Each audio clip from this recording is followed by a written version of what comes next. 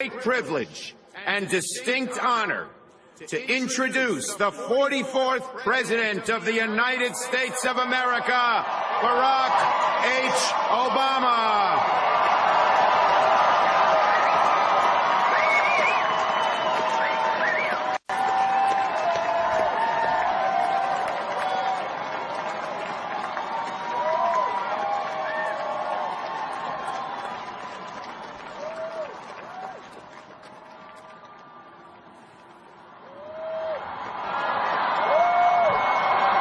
Thank you.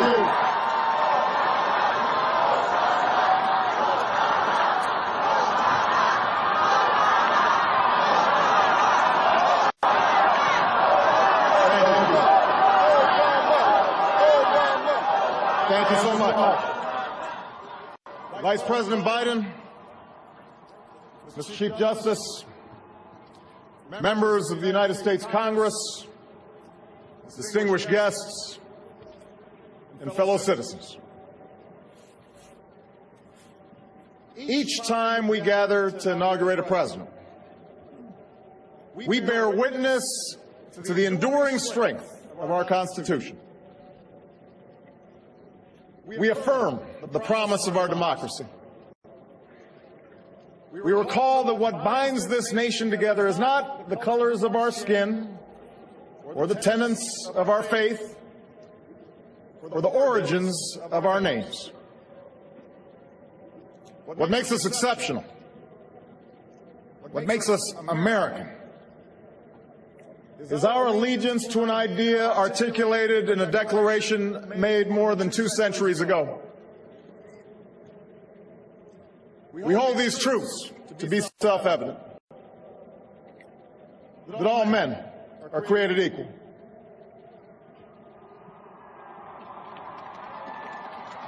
that they are endowed by their Creator with certain unalienable rights, that among these are life, liberty, and the pursuit of happiness. Today, we continue a never-ending journey to bridge the meaning of those words with the realities of our time. For history tells us that while these truths may be self-evident, they have never been self-executing. That while freedom is a gift from God, it must be secured by His people here on earth. The patriots of 1776 did not fight to replace the tyranny of a king with the privileges of a few or the rule of a mob. They gave to us a republic, a government of and by and for the people, entrusting each generation to keep safe our founding creed. And for more than 200 years we have. Through blood drawn by lash and blood drawn by sword, we learned that no union founded on the principles of liberty and equality could survive half slave and half free. We made ourselves anew and vowed to move forward together. Together we determined that a modern economy requires railroads and highways to speed travel and commerce, schools and colleges to train our workers. Together we discovered that a free market only thrives when there are rules to ensure competition and fair play. Together we resolved that a great nation must care for the vulnerable and protect its people from life's worst hazards and misfortune.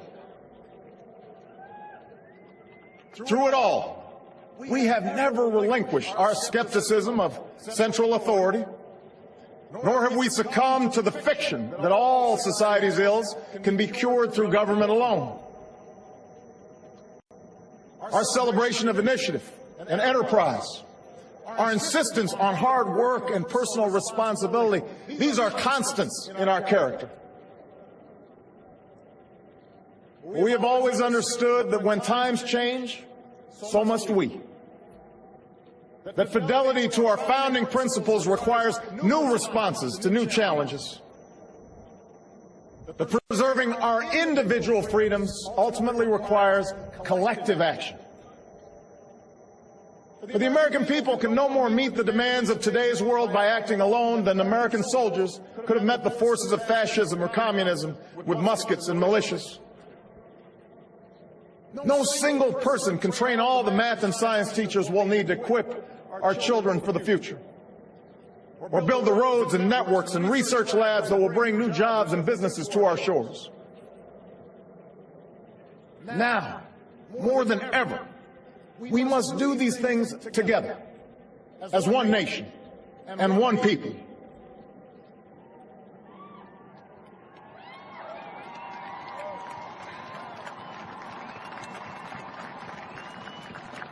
This generation of Americans has been tested by crises that steeled our resolve and proved our resilience. The decade of war is now ending.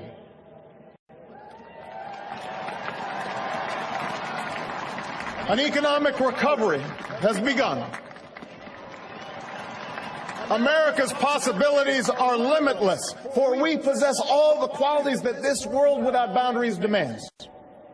Youth and drive, diversity and openness, an endless capacity for risk, and a gift for reinvention. My fellow Americans, we are made for this moment, and we will seize it so long as we seize it together.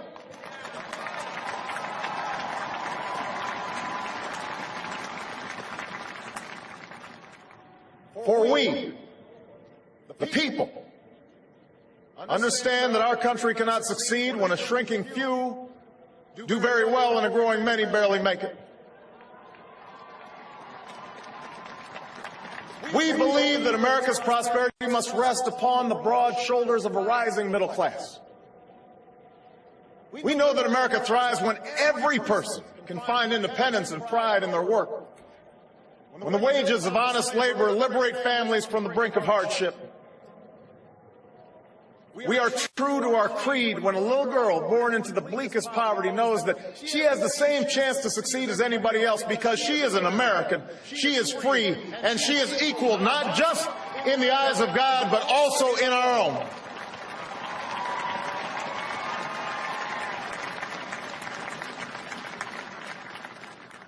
We understand that outworn programs are inadequate to the needs of our time. So we must harness new ideas and technology to remake our government, revamp our tax code, reform our schools, and empower our citizens with the skills they need to work harder, learn more, reach higher. But while the means will change, our purpose endures. A nation that rewards the effort and determination of every single American. That is what this moment requires. That is what will give real meaning to our creed.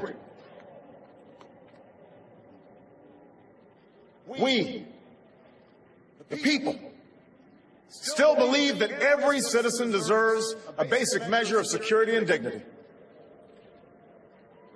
We must make the hard choices to reduce the cost of health care and the size of our deficit.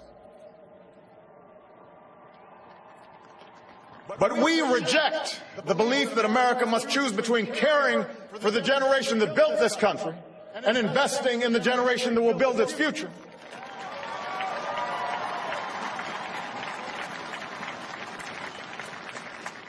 For we remember the lessons of our past, when twilight years were spent in poverty and parents of a child with a disability had nowhere to turn. We do not believe that in this country freedom is reserved for the lucky or happiness for the few. We recognize that no matter how responsibly we live our lives, any one of us, at any time, may face a job loss or a sudden illness or a home swept away in a terrible storm. The commitments we make to each other through Medicare and Medicaid and Social Security, these things do not sap our initiative, they strengthen us. They do not make us a nation of takers, they free us to take the risks that make this country great.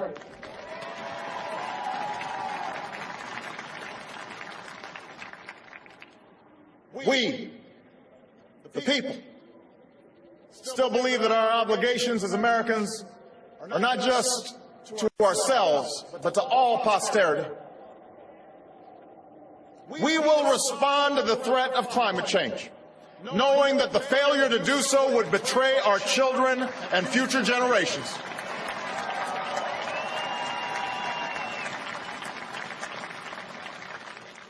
Some may still deny the overwhelming judgment of science, but none can avoid the devastating impact of raging fires and crippling drought and more powerful storms. The path towards sustainable energy sources will be long and sometimes difficult. But America cannot resist this transition. We must lead it. We cannot cede to other nations the technology that will power new jobs and new industries. We must claim its promise. That's how we will maintain our economic vitality and our national treasure. Our forests and waterways, our croplands and snow-capped peaks. That is how we will preserve our planet, commanded to our care by God. That's what will lend meaning to the creed our fathers once declared. We, the people, still believe that enduring security and lasting peace do not require perpetual war.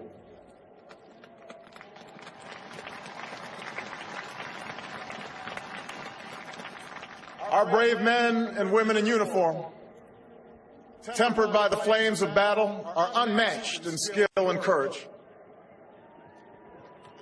Our citizens, seared by the memory of those we have lost, know too well the price that is paid for liberty. The knowledge of their sacrifice will keep us forever vigilant against those who would do us harm. But we are also heirs to those who won the peace and not just the war, who turned sworn enemies into the surest of friends, and we must carry those lessons into this time as well. We will defend our people and uphold our values through strength of arms and rule of law. We will show the courage to try and resolve our differences with other nations peacefully, not because we are naive about the dangers we face, but because engagement can more durably lift suspicion and fear. America will remain the anchor of strong alliances in every corner of the globe. And we will renew those institutions that extend our capacity to manage crisis abroad. For no one has a greater stake in a peaceful world than its most powerful nation. We will support democracy from Asia to Africa, from the Americas to the Middle East, because our interests and our conscience compel us to act on behalf of those who long for freedom. And we must be a source of hope to the poor, the sick, the marginalized, the victims of prejudice. Not out of mere charity, but because peace in our time requires the constant advance of those principles that our common creed describes: tolerance and opportunity, human dignity, and justice. We, the people, declare today that the most evident of truths, that all of us are created equal, is the star that guides us still. Just as it guided our forebears through Seneca Falls and Selma and Stonewall, just as it guided all those men and women, sung and unsung, who left footprints along this great mall, to hear a preacher say that we cannot walk alone, to hear a king proclaim that our individual freedom is inextricably bound to the freedom of every soul on earth.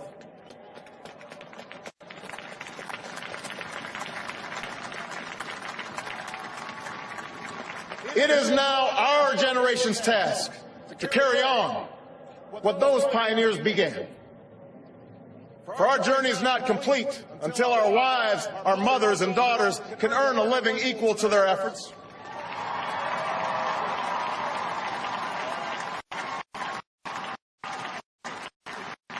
Our journey is not complete until our gay brothers and sisters are treated like anyone else under the law.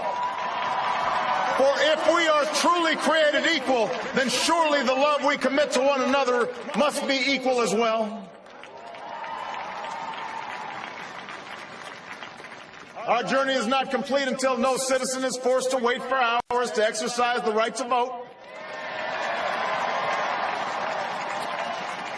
Our journey is not complete until we find a better way to welcome the striving, hopeful immigrants who still see America as a land of opportunity, until bright young students and engineers are enlisted in our workforce rather than expelled from our country.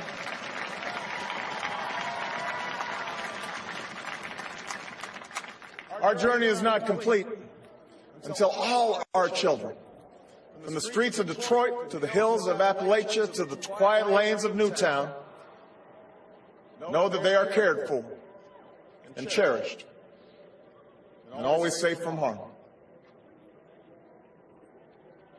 That is our generation's task, to make these words, these rights, these values of life and liberty and the pursuit of happiness real for every American.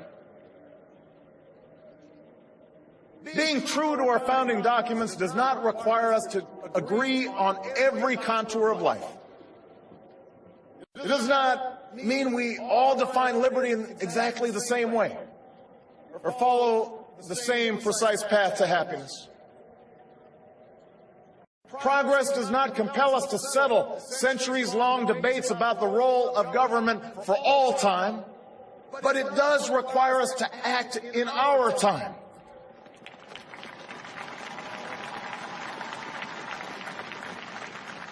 For now, decisions are upon us, and we cannot afford delay. We cannot mistake absolutism for principle, or substitute spectacle for politics, or treat name-calling as reasoned debate. We must act. We must act knowing that our work will be imperfect. We must act knowing that today's victories will be only partial, and that it will be up to those who stand here in 4 years, and 40 years, and 400 years hence to advance the timeless spirit once conferred to us in a spare Philadelphia hall.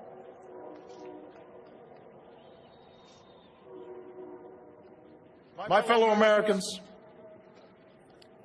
the oath I have sworn before you today, like the one recited by others who serve in this Capitol, was an oath to God and country, not party or faction.